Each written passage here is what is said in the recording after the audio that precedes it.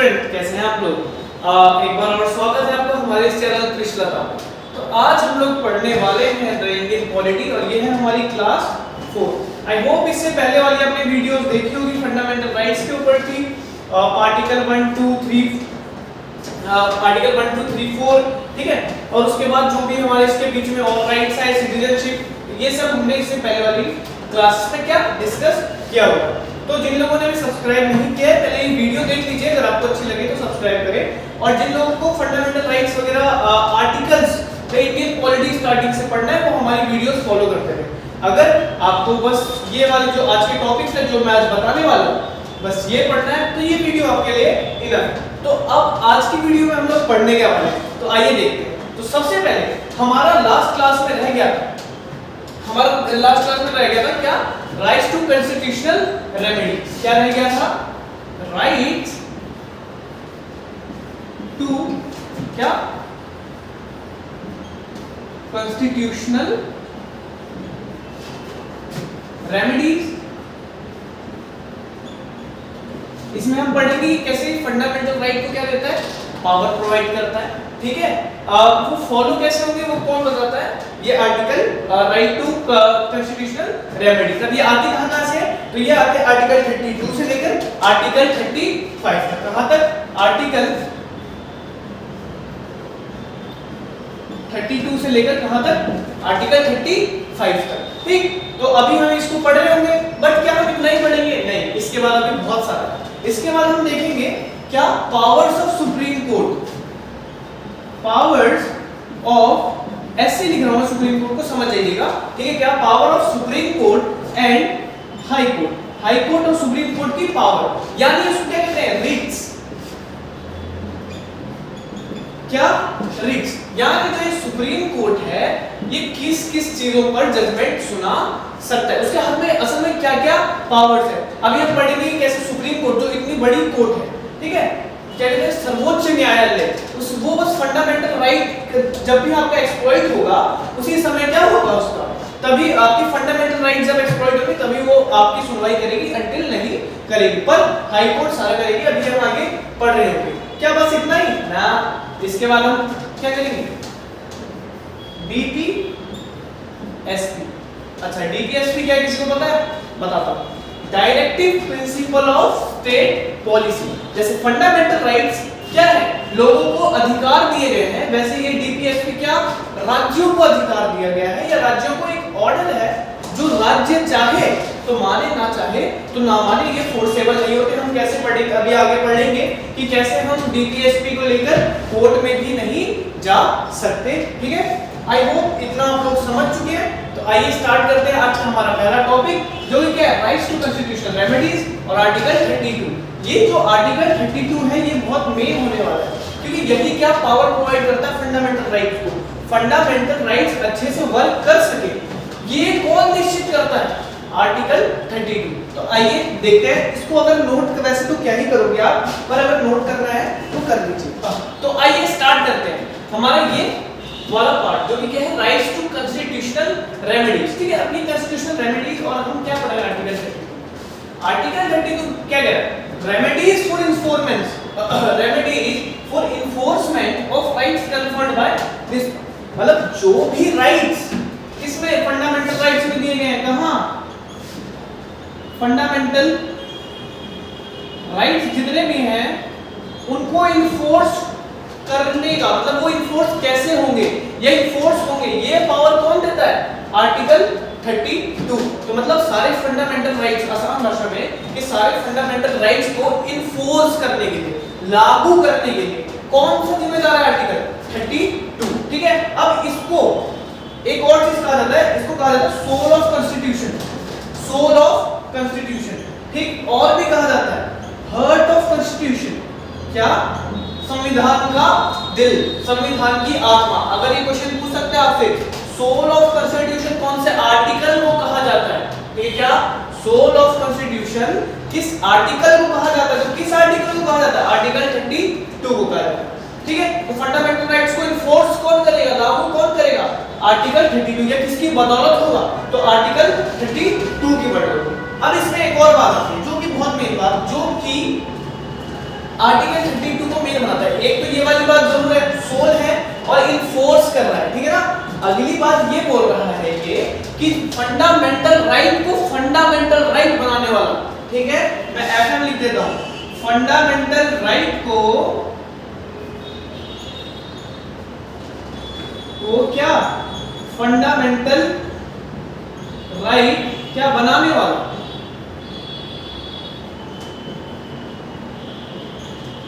Fundamental right को क्या fundamental right बनाने वाला कौन सा आर्टिकल है, आर्टिकल 32। ये देखा आपने, मतलब फंडामेंटल राइट जब तक इन्फोर्स नहीं होंगे क्या वो फंडामेंटल राइट्स रहेंगे, नहीं रहेंगे, है ना।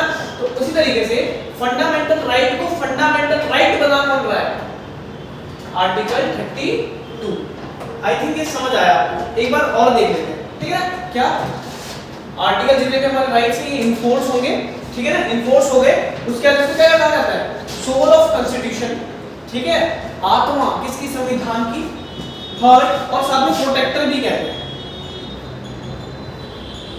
क्योंकि आपको पता हो क्या कि जो फंडामेंटल राइट है ये एक अहम पार्ट है किसका, कॉन्स्टिट्यूशन का।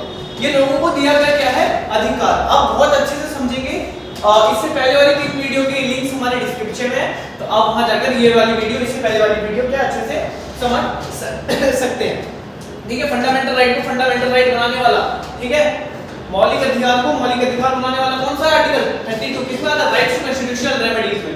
याद रहेगा, rights to constitutional remedies article 32 क्या इन्फोर्स होगा, ठीक है, soul of constitution, heart of constitution या प्रोटेक्टर ऑफ कॉन्स्टिट्यूशन। अगर कभी भी आए आर्टिकल 32 फंडामेंटल राइट को फंडामेंटल राइट बनाने वाला, आर्टिकल 32। अब यहाँ पे आते जो मैंने आपको इंट्रो में बताया था रिट्स के बारे में, रिट्स पावर, ठीक है, मतलब कभी भी अगर आपके फंडामेंटल राइट का क्या हो, फंडामेंटल राइट का क्रॉस से समझिए, फंडामेंटल राइट का क्या हो, उल्लंघन हो, ठीक है, फंडामेंटल राइट का क्या, एक्सप्लॉइट, जब when your fundamental rights got exploit, ठीक है, कोई आपके फंडामेंटल राइट का हनन करे, ठीक है, फंडामेंटल राइट छीने, तो आप कहां जा सकते हैं, डायरेक्ट सुप्रीम कोर्ट में जा सकते हैं, अपने सुप्रीम कोर्ट में जा सकते हैं। जब भी आपके फंडामेंटल राइट का क्या हो, हनन हो, ठीक है, एक्सप्लॉइटेशन हो आपके फंडामेंटल राइट्स के, आप कहां जा सकते हैं, सुप्रीम कोर्ट में डायरेक्ट जा सकते हैं। सुप्रीम कोर्ट बस किसके ऊपर एक्शन लेता है, मैंने अभी स्टार्टिंग में बताया था, फंडामेंटल राइट्स के ऊपर, किसके ऊपर, फंडामेंटल राइट्स के ऊपर सुप्रीम कोर्ट एक्शन लेता है, ठीक है ना। तो क्या अगर फंडामेंटल राइट्स का उल्लंघन हो तो आप सुप्रीम कोर्ट जा सकते हैं, कौन सी या कोई भी कोर्ट जा सकते हैं, कौन सा आर्टिकल कहता है, 32 कहता है, ठीक है। और उसके बाद सुप्रीम कोर्ट चले गए, अब सुप्रीम कोर्ट तो भैया हम चले गए, ठीक, हम सुप्रीम कोर्ट चले गए, सुप्रीम कोर्ट क्या करेगा, सुप्रीम कोर्ट को कुछ पावर्स देता है, कौन देता है, यही आर्टिकल, वो 5 रिट्स, अभी हम पहले खत्म कर लेते हैं पार्ट, उसके बाद वो 5 रिट्स देखेंगे, ठीक है। ये 5 रिट्स जिसमें क्या सुप्रीम कोर्ट सुनवाई करे, ठीक है, सुप्रीम कोर्ट उस पे एक्शन लेगा, जजमेंट देगा। वो 5 रिट्स कौन कौन से होते हैं, अभी मैं थोड़े से बताता हूं, ठीक है, जैसे क्यो वारंटो, मैंडेमस, सर्जरी, प्रोहिबिशन, ठीक है, ये सब किसमें आते हैं, उन रिट्स में आते हैं, ठीक है। आप सुप्रीम कोर्ट जा सकते हैं, हाई कोर्ट जा सकते हैं। हाई कोर्ट फंडामेंटल राइट्स के साथ साथ और भी अलग, अगर कोई आपका कोई प्रॉब्लम है तो उसमें भी क्या कर सकता है, हाई कोर्ट उसमें सुनवाई करेगा। तो supreme court only works in fundamental exploitation when exploitation of fundamental rights had or occurs in any way, ठीक है, उसमें भी स्टेट में जो चीजें स्टेट में आती है वही, ठीक, इतना क्लियर है, ठीक है। तो एक बार रिवीजन करते हैं आर्टिकल 32 का, remedies of enforcement of right, enforce होगा right, soul, heart, protector, clear है। उसके बाद फंडामेंटल राइट को फंडामेंटल राइट बनाने वाला 32, ठीक है। अगर आपका हनन होता है फंडामेंटल राइट्स का, कहां जा सकते हैं, सुप्रीम कोर्ट जा सकते हैं। अब सुप्रीम कोर्ट क्या करेगा, 5 रिट्स से, सुप्रीम कोर्ट के पास क्या है, 5 रिट्स है, 5 पावर्स हैं, ठीक है। वो क्या करेगा, सुप्रीम कोर्ट के पास जाएंगे, ठीक है, 5 रिट्स है, और क्या अपनी फंडामेंटल राइट को सिक्योर करेगा। आई होप आपको ये समझ आया होगा, तो आप एक बार इसको नोट कर लीजिए।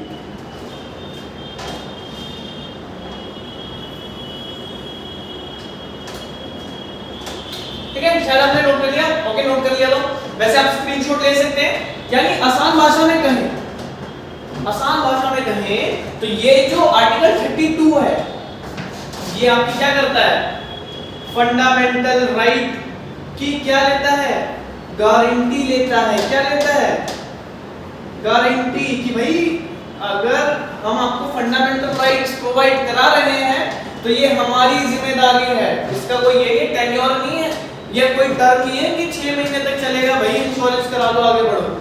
ये सुप्रीम कोर्ट या ये आर्टिकल सीधे सीधे गारंटी लेता है कि भाई अगर फंडामेंटल राइट्स हम प्रोवाइड करा रहे हैं तो हमारी जिम्मेदारी है कि वो आगे लागू हो। तो आइए बढ़ते हैं आर्टिकल 33 की तरफ, सॉरी ठीक है, आर्टिकल 33 की तरफ आगे बढ़ते हैं। ये देखते हैं क्या आर्टिकल 32 समझ आ गया, अब बढ़ते हैं आर्टिकल 33 पे।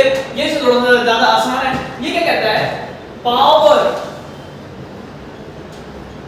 ऑफ पार्लियामेंट, मतलब पार्लियामेंट की पावर, यानी पार्लियामेंट को ये पावर है कि वो क्या मॉडिफाई कर सकते हैं rights conferred by this law. ये फंडामेंटल राइट्स, जो भी हमारे फंडामेंटल राइट्स हैं उनको कौन मॉडिफाई कर सकता है, पार्लियामेंट। अभी हम ये देखेंगे कैसे, अभी आगे मैं आपको केसेस बताऊंगा तो उसमें कैसे अमेंडमेंट हुआ कि पहले ये था कि फंडामेंटल राइट्स चेंज नहीं हो सकते, फिर अमेंड नहीं हो सकते, देन फिर उसके बाद फिर एक केशवानंद भारती केस आया, उसके बाद ये क्लियर हुआ कि क्या कहते हैं फंडामेंटल राइट्स अमेंड हो सकते हैं बट उसके स्ट्रक्चर को छेड़खानी, मतलब जो बेसिक स्ट्रक्चर है उसमें छेड़खानी नहीं करी जा सकती, ठीक है ना। तो ये क्या कर रहा है, पावर दे रहा है किसको, पार्लियामेंट, ठीक है, power of parliament to modify rights conferred by this law. मतलब अब ये क्या है, मॉडिफाई राइट्स। अच्छा एक एग्जांपल से समझते हैं, एक एग्जांपल उठाते हैं। आपको वो ताज होटल पे जो हमला हुआ था, आतंकवादी हमला, वो शायद याद होगा, है ना। उसमें क्या है कि हम पहले ये देखते हैं कि हम सबको अभिव्यक्ति का अधिकार है ना, हम सबको क्या है, अभिव्यक्ति का अधिकार, ठीक। हम कुछ भी व्यक्त कर सकते हैं, कुछ भी देख सकते हैं, दिखा सकते हैं, पर जब तक वो किसी पर्सनल किसी का, सोसाइटी का हनन ना कर रहा है, एक्सप्लॉइट ना कर रहा, ठीक है। ताज होटल के टाइम में आपने देखा होगा जब उसको होता तो क्या करते, जो मीडिया थी, जो मीडिया थी वो क्या कर रही थी, सारी वीडियोस फुटेज दिखा रही थी, और जो होटल के अंदर जितने भी टेररिस्ट बैठे थे वो वीडियो देख रहे थे, तो उनको हर स्टेप पता था आने वाला, क्या आने वाला हर स्टेप पता था कि आर्मी कहां से एंटर होगी, आर्मी कहां से एंटर नहीं होगी। तो वहां पे मॉडिफिकेशन किया गया, ठीक है, सारे मीडिया वालों के कैमरे को क्या करा दिया गया, बंद करा दिया गया, मीडिया के कैमरे बंद हो गए। अब यहाँ पे आप बोल सकते हो कि भाई ये क्या बात है कि तुमने तो बोला हमको सारे अधिकार हैं, हमने आर्टिकल 19 में पढ़ा, कैसे मीडिया के पास सारी पावर, मतलब ऐसा कहीं भी मीडिया मेंशन नहीं है, पर हाँ उससे हमें ये क्लियर होता है कि मीडिया के पास है पावर, सबके पास पावर, तो सब में मीडिया भी आता है, ठीक है ना, दिखाने का अधिकार है सबको जो भी हो रहा है हमारे आसपास, ठीक है ना। तो क्या मीडिया के कैमरे बंद कर देंगे, अब वो तो लड़ते हैं कि भाई हमारा हनन हो गया, सीधे बनाएंगे सुप्रीम कोर्ट, कोई भी जाएगा, मीडिया के नहीं है, कोई भी जाएगा भाई हमारा हनन हो रहा है, ऐसे कैसे हमारी टीआरपी गिर जाएगी, ठीक है ना। तो सुप्रीम कोर्ट चले जाएंगे भाग के वो कि भाई हनन हो गया, भाई सर क्या कर रहे हो आप, ठीक है। उस केस में सुप्रीम कोर्ट सीधे दिखा देगा, भाई जाकर आर्टिकल 33 पढ़ ले। वो क्या कहता है, वो कहता है पार्लियामेंट अगर मॉडिफाई कर दे, पार्लियामेंट अगर मॉडिफाई कर दे, ये बहुत शॉर्ट टाइम के लिए भी हो सकता है, बहुत लॉन्ग टाइम के लिए, और परमानेंट भी हो सकता है। क्या हो सकता है, परमानेंट भी हो सकता है, ठीक है। तो होप आपको आर्टिकल 33 अच्छे से समझ आया होगा। अब बढ़ते हैं आर्टिकल 34 के ऊपर। तो यहाँ पे आर्टिकल 34 क्या कहता है कि आर्टिकल 34 कहता है कि रेस्ट्रिक्शन ऑफ राइट्स, क्या, रेस्ट्रिक्शन ऑफ राइट्स, मतलब आपके जितने भी राइट्स हैं उस पे क्या रेस्ट्रिक्शंस लगा दी जाएगी, ठीक है। कब रेस्ट्रिक्शंस लगा दी जाएगी, ठीक है, रेस्ट्रिक्शन लगाने का कोई टाइम पीरियड तो होगा, ठीक। तो क्या है रेस्ट्रिक्शन ऑफ राइट्स व्हेन, क्या, मार्शियल लॉ, कौन सा law, martial law, martial law होता है ना, आर्मी जब रूल करते हैं, ठीक है ना, मार्शियल लॉ यहां साइड में डाल देना।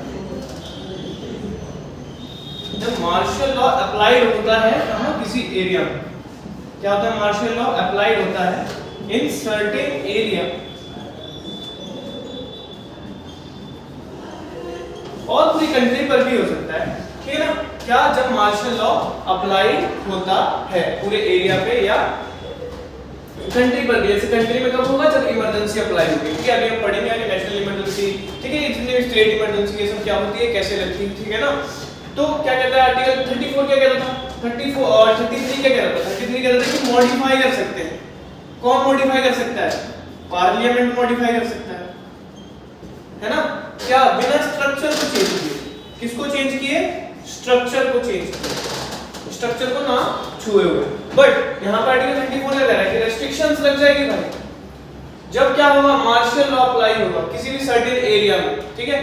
क्या, किसी भी सर्टेन एरिया में अगर मार्शल लॉ अप्लाई होगा तो क्या होंगे, आपके राइट्स रिस्ट्रिक्ट कर दिए जाएंगे, जितने भी आपके फंडामेंटल राइट्स हैं उसमें बहुत सारे रिस्ट्रिक्ट कर दिए जाएंगे सिचुएशंस के हिसाब से। जैसे अभी मैंने पीछे बताया था कि ताजमहल वाला और सॉरी ताज होटल वाला, वहां पे भी क्या आर्मी के राइट्स रिस्ट्रिक्ट कर दिए गए थे कि वो कुछ सॉरी आर्मी कह रहा हूं, सॉरी मीडिया के राइट्स रिस्ट्रिक्ट कर दिए गए थे कि वो क्या कहते हैं और ब्रॉडकास्ट कर नहीं सकते लाइव ब्रॉडकास्ट, क्योंकि उनकी वजह से क्या होता, टेररिस्ट को मदद मिल रही थी, नेशनल इशू का सवाल था। तो जहां पर भी नेशनल इशू का सवाल है और किसी भी सर्टेन एरिया में, जैसे आपने बहुत बार देखा होगा धारा 144 लग जाती है, ठीक है ना, वो इससे मत कंपेयर करिएगा, जैसे एग्जांपल दे रहा हूं, वो एक अलग थिंग है, ठीक है ना। कहीं भी मार्शल लॉ लग जाए तो क्या होगा, आपका रेस्ट्रिक्शन ऑफ राइट। 32 क्या कहता था, बताइए कमेंट में लिखिए कि क्या 32 क्या कहता है, फंडामेंटल राइट को फंडामेंटल राइट कौन सा बनाता है, आर्टिकल 32। सोल हर्ट प्रोटेक्टर कौन है, आर्टिकल 32। आपको कोई भी दिक्कत हो आप डायरेक्ट कहां जा सकते हैं, सुप्रीम कोर्ट में, कौन कहता है, आर्टिकल 32। तो फंडामेंटल राइट्स क्या कहते हैं, गारंटी कौन है, गारंटर कौन है, फंडामेंटल राइट्स की लगेंगे, अप्लाई होंगे, आर्टिकल 32, ठीक है। आर्टिकल 33 क्या कह रहा है, इसके बीच में एक आर्टिकल 32A और था जो कि रिपील हो चुका है, हट चुका है, ठीक है ना। आर्टिकल 33 क्या कह रहा था कि हम मॉडिफाई कर सकते हैं, ठीक है, parliament can modify the fundamental rights, पर क्या उसकी स्ट्रक्चर, बेसिक स्ट्रक्चर को बिना छेड़े क्या कर सकते हैं, हम उसके क्या कर सकते हैं, उसके हम बेसिक स्ट्रक्चर को बिना छेड़े हम उसको क्या मॉडिफाई कर सकते हैं। इतना क्लियर है। आर्टिकल 34 क्या कह रहा है कि जब भी मार्शल लॉ अप्लाई होगा किसी भी सर्टेन एरिया में, क्या होगा, मार्शल लॉ अप्लाई होगा किसी भी सर्टेन एरिया में, तो क्या होगा, martial law apply, martial law मतलब आर्मी रूल ये जो भी, ठीक है ना, मार्शल लॉ अप्लाई होगा किसी भी सर्टेन एरिया में तो क्या होगा, क्या होगा, आपके जितने भी राइट्स हैं वो रेस्ट्रिक्ट कर दिए जाएंगे सिचुएशन के हिसाब से। ऐसा नहीं कि पूरा बंद कर दिया जा सकता है, या हो भी सकता है पूरा बंद कर दिया जाए, ठीक है ना। इतना क्लियर है। अब बढ़ते हैं आगे, जो कि 5 रिट्स, मैंने कल आपको क्या बताए थे, 5 रिट्स, क्यो वारंटो, सीजरी, क्यो वारंटो हो गया, ठीक है ना, एसिमेंटमस हो गया, ठीक है, सर्जरी हो गया, प्रोहिबिशन हो गया, ठीक है ना। अभी ये सब देखते हैं वो जो 5 रिट्स हैं, ठीक, उसके बाद फिर आगे बढ़ेंगे हम DPSP, directive principle of state policy, ठीक है। आइए बढ़ते हैं आगे।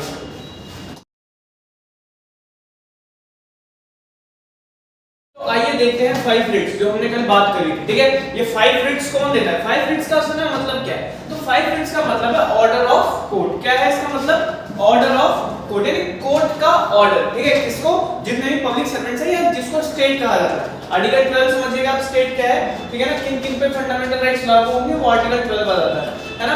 तो व्हाट इज स्टेट, तो आपको अगर वो स्टेट समझना है तो go and watch our first second video, उसमें आपको समझ आ जाएगा स्टेट क्या है, ठीक है ना। इसके बाद अभी हम आते हैं तो क्या कह रहा है, सबसे पहले देखते हैं कि the concept of issuing writs, मतलब रिट्स लगाना, जो ये पावर्स है किसकी, सुप्रीम कोर्ट की, ये कहां से लिया गया है, यूके से, is taken from UK, United Kingdom, ठीक है। क्वेश्चन आ सकता है कि the concept of issuing writs, writs लगाना, ऑर्डर को लगाना, ये जो भी ऑर्डर्स हैं ये कहां से लिए गए हैं, यूनाइटेड किंगडम से लिए गए। तो देख रहे हैं कितना मतलब कितने अच्छे से जो भी हमारे कॉन्स्टिट्यूशन बनाने वाले थे उन्होंने कैसे कैसे जाकर समझा, और जितनी भी अच्छी अच्छी चीजें थी, यानी ऐसा कह सकते हैं कि हर जगह घूमे और जहां जाके मलाई को कलेक्ट कर ले आए और इंडियन डेमोक्रेसी बनाई, इंडियन कॉन्स्टिट्यूशन का निर्माण हुआ, ठीक है ना। बाबा साहब अम्बेडकर का इसमें बहुत अच्छा रोल रहा, हम सब जानते हैं, ठीक है ना, फादर ऑफ कॉन्स्टिट्यूशन। उसके बाद कहां से लिया गया, यूनाइटेड किंगडम से लिया गया। अच्छा, देयर आर 5 रिट्स, ठीक है, क्या है, 5 रिट्स, क्या क्या है, 5 रिट्स है, ठीक है ना, ठीक है। उसी में से सबसे पहले आता है, उसी में से सबसे पहले आता है हिबियस कॉर्पस। क्या, हिबियस कॉर्पस, ठीक है, बंदी प्रस्तुतिकरण, क्या कहा जाता है इसको, बंदी प्रस्तुतिकरण, ये गलत वे में मत चले जाना। बंदी प्रस्तुतिकरण मतलब शरीर को पेश करना, क्या, शरीर को पेश करना। मैं आपको ऐसे नॉर्मली समझाता चला जाता हूं, ऐसे एसएससी के एग्जाम वगैरह में उतना ही पूछता नहीं है, बट फिर भी एक बार बता दें, ठीक है ना। बॉडी को पेश करना, ठीक है। टू हैव बॉडी, क्या टू हैव बॉडी, यानी मान लीजिए पुलिस वालों ने क्या करा, पुलिस वालों ने करा कि आपका क्या करा, आपकी किसी दोस्त को पकड़ लिया, ठीक, और 24 आवर्स, क्या 24 आवर्स से ज्यादा उसको जेल में रख लिया, लॉकअप में रख लिया, है ना। अब ना वो इसके बाद कोर्ट लेकर जा रहे हैं, ना बॉडी वापस कर रहे हैं, मतलब शरीर की प्रस्तुति कहीं नहीं दिखा रहे हैं, ना वो बंदा वापस कर रहे हैं। यहाँ पे बॉडी से मतलब है एक इंसान जो जिंदा है, वो डेथ बॉडी नहीं है यहाँ पर, ठीक है ना। तो क्या 24 आवर के बाद अगर वो बंदा वापस नहीं आता, उसको लॉकअप से रिलीज नहीं किया जाता है, बहुत सारे केसेस में स्पेशल ऑर्डर्स होते हैं तो वहां पर नहीं छोड़ा जा सकता, हत्या के मतलब नहीं पहुंचा जाता, ठीक है ना।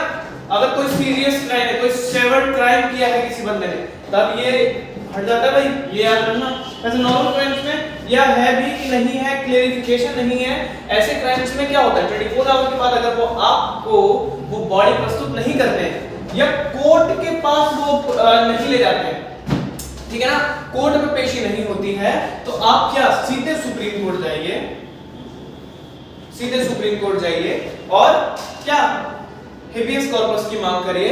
सुप्रीम कोर्ट ये ऑर्डर देगा, जहां भी जिस भी पुलिस स्टेशन में उनको रखा होगा, ठीक है, उनको ऑर्डर जाएगा और तुरंत के तुरंत उनको एक्शन लेना पड़ेगा, या तो उनको कोर्ट में वो बॉडी की प्रस्तुति करनी होगी, ठीक है, या उसको रिलीज करना होगा। इसे कहते हैं क्या, बंदी प्रस्तुतिकरण, ठीक। कितना क्लियर है, हेबियस कॉर्पस क्लियर है, हेबियस कॉर्पस क्लियर है, ठीक है।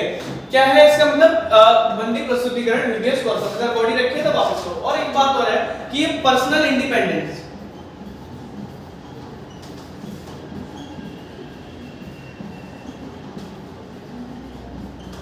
पर्सनल इंडिपेंडेंस के लिए भी, मतलब जाहिर सी बात है, किसी ने क्राइम किया नहीं किया, आपको एक बात है, शायद आप लोगों ने कभी ध्यान दिया ना दिया हो, अगर किसी को किसी केस में पकड़ा जाता है, ठीक है ना, क्या पकड़ा जाता है, तो वो कभी भी दोषी नहीं होगा, ठीक है।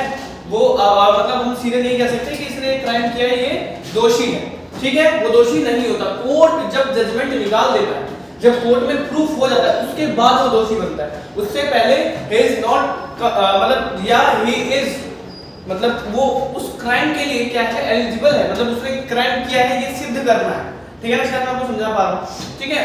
वो अब ये सिद्ध कर दिया, अगर सिद्ध करने के बाद ये सिद्ध हो जाता है कि उस बंदे ने वो मर्डर किया है, देन ही विल बी क्या, टेस्टेड, और आगे जो भी उसका वर्क होगा वो किसी हिसाब से होगा कि वो एक एक्यूज है और उसने वो क्या जो भी कमिट किया है क्राइम, ठीक है ना। इतना हो गया पर्सनल इंडिपेंडेंस, ठीक है, क्लियर हो गया इतना। क्यूबर एंड हेबियस कॉर्पस पता चल गया आप सभी को। अब इसके बाद बढ़ते हैं इसके नेक्स्ट पार्ट में जो है मैंडेमस, ठीक है। अब देखते हैं मैंडेमस, ये तो क्या है, कोर्ट का ऑर्डर। अच्छा एक बात और, मान लीजिए आप रहते हैं केरल में, ठीक है, बहुत साउदर्न पार्ट में। ये अगर हम इंडिया का मैप देखें, ठीक है ना, इग्नोर करिएगा प्लीज। ये अगर इंडिया का मैप देखें, यहां है दिल्ली, ये डॉट, केरल यहां है, ठीक है ना। अब यहां से बंदा यहां जाएगा, यहां से बंदा वहां जाएगा, तो बहुत टाइम लग जाएगा भाई, क्या पता वो बंदे ही निकल जाए अंदर ही अंदर, ठीक है ना, आप कोर्ट में ना करें। तो इसके लिए जरूरी नहीं है कि आप एससी में सुप्रीम कोर्ट में जाए, आप अपने हाई कोर्ट में भी जा सकते हैं। इतना क्लियर है, ठीक है। क्या है, ये कोर्ट के ऑर्डर्स हैं। अब इसके बाद एक अगला आता है, इसके बाद एक अगला आता है, वो है मैंडेमस। क्या होता है, मैंडेमस। अब देखते हैं अभी आगे, ठीक है। क्या है अगला,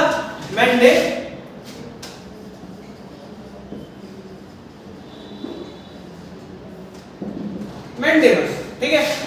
मैंडेमस का क्या मतलब होता है, जब देखिए कोई भी पब्लिक सर्वेंट, ठीक है ना, क्या,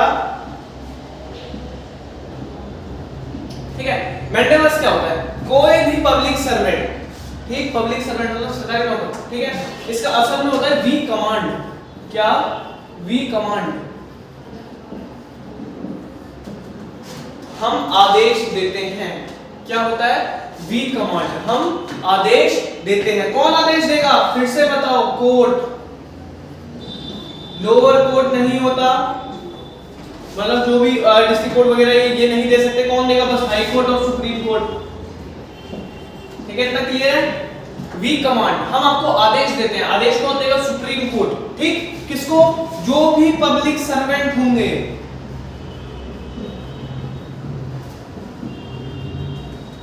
पब्लिक सर्वेंट्स को कौन आदेश देगा, सुप्रीम कोर्ट आदेश देगा। ठीक है ना, पब्लिक सर्वेंट को कौन आदेश देगा, सुप्रीम कोर्ट आदेश देगा। अगर वो ढंग से काम नहीं करे, मान लीजिए मैं किसी गवर्नमेंट हॉस्पिटल में जाता हूं और मैं वहां देखता हूं कि वो जो पब्लिक सर्वेंट है वो अच्छे से बात नहीं कर रहा, लोगों को खराब तरीके से ट्रीट कर रहा है, वर्क नहीं कर रहा है, घूस ले रहा है, तब काम कर रहा है ना। बहुत जगह आप लोगों ने भी देखा होगा। तो क्या होगा, इन दैट केस आप फिर से सुप्रीम कोर्ट में जाइए, हाई कोर्ट में जाइए, उनको ये बताइए कि उनके साथ क्या क्या हो रहा है। देन सुप्रीम कोर्ट या हाई कोर्ट जो भी होगा वो इशू करेगा क्या, मैंडेमस, वी कमांड। और इसके बाद अगर मैंडेमस किसी को मिल जाता है, मतलब अगर किसी के ऊपर मैंडेमस लग जाता है और उसके बाद भी अगर वो एक्शन ढंग से नहीं करता या उस पर्टिकुलर बंदे पे जो भी विभाग होगा वो बैठा वो एक्शन नहीं करता है, तो ये पूरे विभाग के लिए खतरा बन जाता है और उस बंदे के लिए खतरा, उस आदमी के लिए खतरा बन जाता है। तो इसके बाद उनको अच्छे से काम करना पड़ता है। ठीक है, मैंडेमस का मतलब वी कमांड। इससे पहले हमने क्या पढ़ा था, हेबियस कॉर्पस। हेबियस कॉर्पस का मतलब क्या था, बॉडी प्रस्तुत करो। मैंडेमस क्या कह रहा है, वी कमांड। अब आते हैं आगे, इसी के ठीक है, ये क्लियर हो गया। पब्लिक सर्वेंट जितने भी होते हैं उनको क्या करता है, सुप्रीम कोर्ट या हाई कोर्ट क्या करेगा, कमांड देगा। अच्छा, एक बात, अब उसने जो भी पढ़ा होगा, मतलब इसके बाद के जितने भी पॉइंट है वो कभी भी प्रेसिडेंट पे नहीं लगेंगे। आप प्रेसिडेंट के लिए मैंडेमस नहीं निकाल सकते, आप गवर्नर के लिए, ये कोई भी गवर्नर हो सकता है, स्टेट गवर्नर, ठीक है ना, आप गवर्नर पे क्या मैंडेमस नहीं लगा सकते। तो ये दोनों क्या होते हैं, सेफ होते हैं, किससे, एनरिच से। और वैसे भी आपने पढ़ा होगा कि कैसे प्रेसिडेंट और गवर्नर क्या होते हैं, सेफ होते हैं, अपने कार्यकाल के समय उन पे कोई भी केस नहीं हो सकता। ठीक है, इतना क्लियर है। इसके बाद आगे बढ़ते हैं, ठीक है ना, इसको मैं रब कर देता हूं।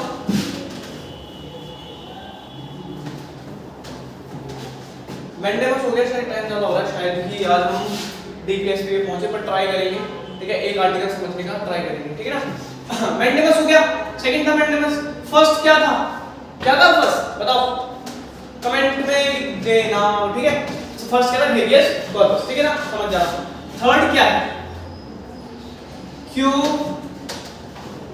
वारंटो। अब आया मतलब, ठीक है, क्यू वारंटो। क्यू वारंटो का मतलब होता है व्हाट इज योर अथॉरिटी। क्या, ब्लैक मार्कर थोड़ा खराब हो गया है, सॉरी उसके लिए। ठीक है ना, क्यू वारंटो का मतलब होता है क्या, व्हाट इज योर अथॉरिटी। भाई आप जो ये कर रहे हैं कि अथॉरिटी क्या है, किस अथॉरिटी से, किसने आपको पावर दिया है ये करने का। मान लीजिए हम लोग बहुत बार इसके शिकार हो जाते हैं। ठीक है, इसके बाद अगर किसी पे क्यू वारंटो लग जाता है ना, अगर किसी पे लग जाता है तो भाई सस्पेंशन निश्चित है उसका। ठीक है ना, क्या, क्यू वारंटो। ठीक है, व्हाट इज योर अथॉरिटी, आपकी अथॉरिटी क्या है।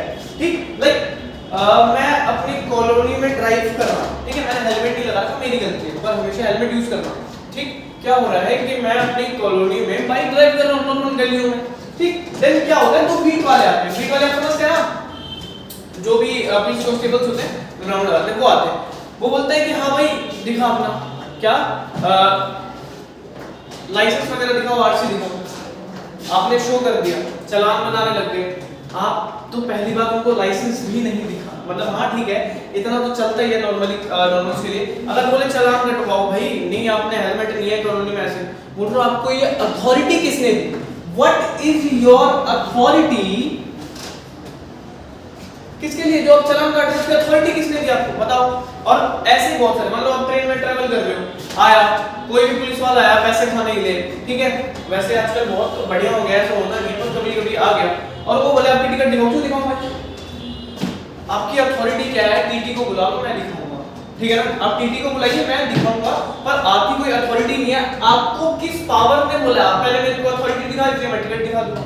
आप पहले मेरे को अथॉरिटी बताइए, मैं चालान कटवा दूंगा, ठीक है ना। तो क्या होता है, व्हाट इज योर अथॉरिटी? अगर कोई इसके खिलाफ जाकर आपसे वो करता है तो आप सीधे फिर से कोर्ट में जाकर बोलो भाई आ जाओ, क्यों वारंट हो, आ जाओ, तो उनको हम लपेटे में ले सकते हैं। तो ये लपेटा खड़ा है ना, ठीक है। मतलब उनको क्या कर सकते हैं, हम सबक सिखा सकते हैं कि हाँ जी आपने गलत किया है। तो एक तरह से जो भी ये हमारे जितने भी गवर्नमेंट एसोसिएशंस वर्क कर रही हैं, सोसाइटीज, कंपनीज वर्क कर रही हैं, वो अच्छे से वर्क करें, इसीलिए ये मेन 5 और रिट्स है। उसके बाद आता है प्रोहिबिशन, सॉरी क्या, प्रोहिबिशन।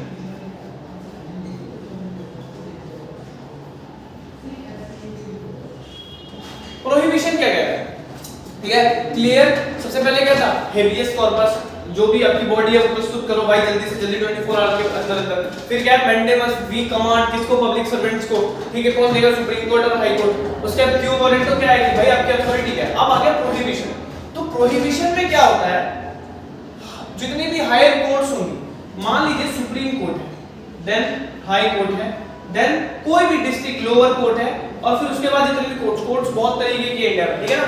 ये तो मान लीजिए जो लोअर कोर्ट है, ठीक है, प्रोहिबिट करना, यानी जो भी इशू करे, मान लीजिए इसने किसी को डेथ सेंटेंस दे दिया, या अभी किसी केस में सुनवाई चल रही है, हाई कोर्ट इसको बोल सकता है भाई बंद कर, हो गया प्रोहिबिट।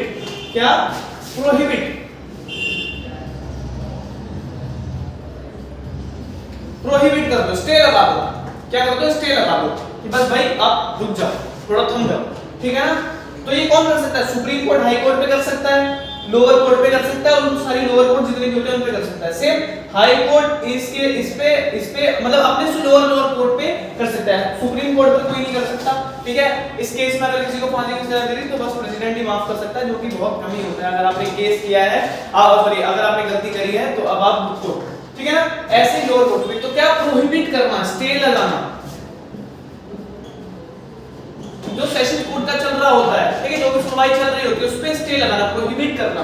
कौन करेगा, हायर कोर्ट। इधर लिख दो, इधर हायर कोर्ट का मतलब ये नहीं है हाई कोर्ट, हायर कोर्ट जो भी होगी किस पे, लोअर कोर्ट पे। ये नहीं कि लोअर कोर्ट उठा हमें सुप्रीम कोर्ट भाई बंद करिए आप गलत कर रहे हैं, ऐसा नहीं होगा, ठीक है। वैसे सुप्रीम कोर्ट गलत करता नहीं, ठीक है, लोअर कोर्ट पे, ठीक है। तो प्रोहिबिशन का मतलब क्या, प्रोहिबिट करना, ठीक है। प्रोहिबिशन का मतलब क्या, प्रोहिबिट कर देना, स्टे लगा देना, ठीक है। इतना क्लियर है। अब हम लोग बढ़ते हैं लास्ट में, इसके लास्ट में बढ़ते हैं हम।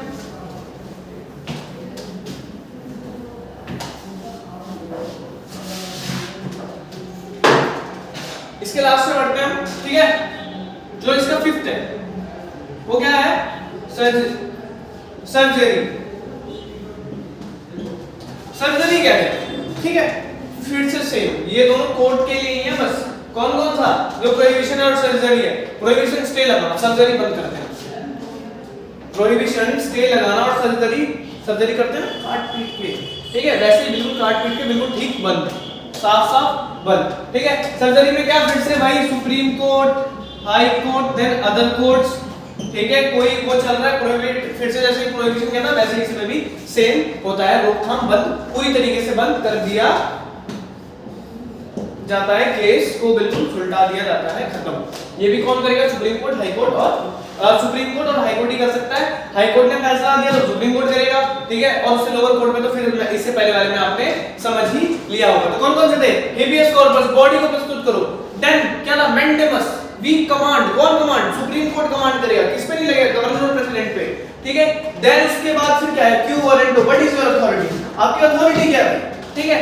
देन प्रोहिबिशन, स्टे लगा दिया कोर्ट के ऑर्डर्स पे, देन सर्जरी बंद कर दिया, ठीक है। जो भी सेशन चल रहा है उसको ही क्या कर दिया, हमने बंद कर दिया। आई होप आपको ये rights to constitutional remedy plus क्या ये 5 मिनट समझ आए होंगे, ठीक है। नहीं आए तो देन फिर से वही बात सेम रिपीट कर रहा हूं, कमेंट बॉक्स में लिख दीजिएगा, जो समझना है मैं पर्सनली बता दूंगा, इंस्टाग्राम हैंडल लिंक में डाल दूंगा। तो आइए बढ़ते हैं नेक्स्ट टॉपिक पे, जो कि हमारा नेक्स्ट टॉपिक क्या है, बताइए। नेक्स्ट टॉपिक मैंने स्टार्टिंग में बताया था, नेक्स्ट टॉपिक है directive principle of state policy. क्या? डायरेक्टिव प्रिंसिपल ऑफ स्टेट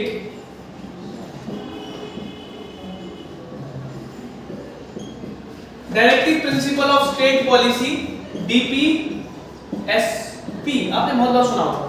जैसे फंडामेंटल राइट्स किस पे होते हैं? लोगों पे लागू होते हैं, ठीक है, और उनको लागू होना होता है। ये कुछ ऑर्डर्स होते हैं किसके लिए? स्टेट के लिए। ऑर्डर होते हैं स्टेट के लिए, ताकि स्टेट क्या करे? एक वेलफेयर स्टेट की स्थापना, वेलफेयर सोसाइटी या स्टेट की स्थापना क्या करे? कर सके। वेलफेयर स्टेट या सोसाइटी की स्थापना कर सके लोगों के हित में, अपने स्टेट को अच्छा बनाने के लिए। ये कुछ आर्टिकल्स दिए गए हैं जो एक स्टेट चाहे तो पालन कर सकता है, ठीक है, बाध्य नहीं है, फोर्स नहीं है उस पे कुछ, वो चाहे तो ही क्या उसको फॉलो करे, और नहीं चाहता तो वो नहीं करेगा, ठीक। और ये जस्टिकेबल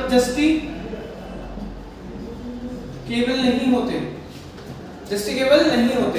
मतलब आप ये लेकर कोर्ट में नहीं जा सकते कि जी हमारे डीपीएसपी जितने भी राइट्स दिए गए हैं ये स्टेट हमारा फॉलो ही नहीं कर रहा है, हम क्या करें, ठीक है ना। तो स्टेट हमारा फॉलो नहीं कर रहा है तो जी आप कुछ नहीं कर सकते, कोर्ट कुछ नहीं कर सकता। ये स्टेट की मर्जी है कि अपने लोगों के वेलफेयर के लिए, सोसाइटी के वेलफेयर के लिए वो ये लागू करे या ना लागू करे, वो उसकी मर्जी है, ठीक है। अच्छा, डीपीएसपी का सबसे ट्रेंडिंग कुछ पता है? ट्रेंड, मैं यहाँ पे ट्रेंड की बात कर रहा हूँ। पता है डीपीएसपी का एक आर्टिकल, उससे पहले हम देख लेते हैं डीपीएसपी हमने लिया कहां से, ठीक है। DPSP directive principle of state policy is adopted from Ireland. क्या? Constitution of Ireland. कहां से लिया गया है? आयरलैंड। क्वेश्चन पूछा जा सकता है कहां से लिया गया है, तो कॉन्स्टिट्यूशन ऑफ आयरलैंड से लिया गया है। क्या? Directive principle of state policy Indian constitution में जोड़ा गया है। मैंने क्या बताया? एक ऑर्डर है स्टेट के लिए, जो वो चाहे तो फॉलो करे, ना चाहे तो ना करे। क्यों? अपने स्टेट को वेलफेयर स्टेट बनाने के लिए। जस्टिकेबल नहीं है, आप नहीं जा सकते कोर्ट में इसको लड़ने के लिए, वो उनका अपना मन है। मतलब लाइक आपका खाना खाना ना खाना आपका मन है, ठीक है ना, वो आपके शरीर में लगेगा, कोई और नहीं होगा। तो आप इसको लेके किसी से लड़ने नहीं जा सकते, मम्मी क्यों नहीं खा रहा तू, ठीक है, चल खड़ा हो, मार वार दिया, नहीं कर सकते आप। उसका मन कि सामने वाले का मन, वो कोई उसके पास कपड़े हैं वो पहने ना पहने, सामने वाले का मन उसके पास कपड़े हैं वो पैसे हैं वो कुछ चीजें खरीदे ना खरीदे, आप नहीं फोर्स कर सकते। उसी तरीके से ये आप फोर्सफुली अप्लाई नहीं करवा सकते। कहां से लिया गया है? आयरलैंड से लिया गया है, ठीक है ना। अब इसका एक बहुत ट्रेंडिंग जो आर्टिकल हमने सुना है, आपने कभी सुना होगा यूनिफॉर्म सिविल कोड। अभी इसको एक्सप्लेन करके पढ़ेंगे। क्या? यूनिफॉर्म सिविल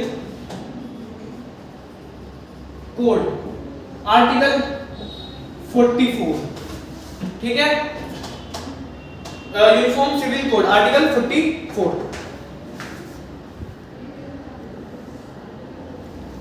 ठीक। क्या? Uniform civil code article 44। Uniform civil code लागू करने वाला पहला स्टेट गोवा है, ठीक है। इसका मतलब होता है one nation one law, one rule, one nation one rule.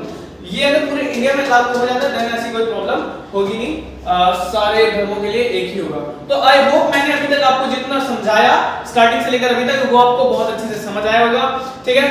अगर समझ आया तो हमारी वीडियो को लाइक करें, सब्सक्राइब करें, कमेंट करें, ज्यादा से ज्यादा करें।